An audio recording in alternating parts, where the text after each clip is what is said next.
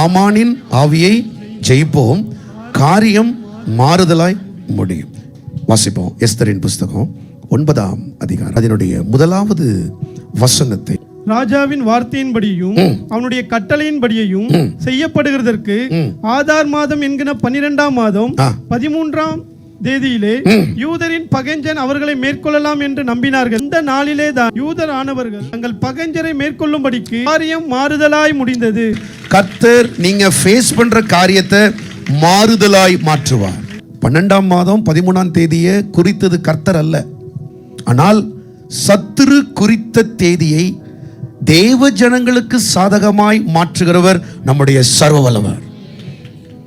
முதல்ல ஆண்டவர் உங்களுக்கு சொல்ற வார்த்தை, செய்வின மந்திரவாதத்துல இல்ல குடும்பத்துல உங்களுக்கு எதிராக யாராச்சும் நாள் குறிச்சிருக்காங்கன்னா அந்த நாள் கர்த்தர் உங்களுக்கு மாறுதலாய் கொடுக்க போற நாள். அல்லேலூயா, அல்லேலூயா. நாளை குறிப்பது கர்த்தர், மனிதன் அல்ல. எத்தனை பேர் விசுவாசிக்கிறீங்க? யாராச்சும் டாக்டர் உங்களுக்கு 24 மணி நேரம், 6 மாசம், 1 வருஷம் கேன்சர் பேஷண்ட், கொடிய வியாதி சொல்லியிருந்தாங்கன்னா, இன்னைக்கு கர்த்தர் சொல்லுகிற வார்த்தை, அந்த நாளை கர்த்தர் உனக்கு நீடித்த ஆயுசு நாளாய் மாற்றுவார். அதை கர்த்தர் எப்படி அவருடைய நாளாய் மாற்றுகிறார்? எலியாவுக்கும் ஒரு நாளை குறித்தான் பிசாசு. நாளை இந்நேரத்தில் 24 மணி நேரத்திலே உன் தலையை நான் வாங்குவேன் என்று ஏசபேல் நாளை குறித்தாள்.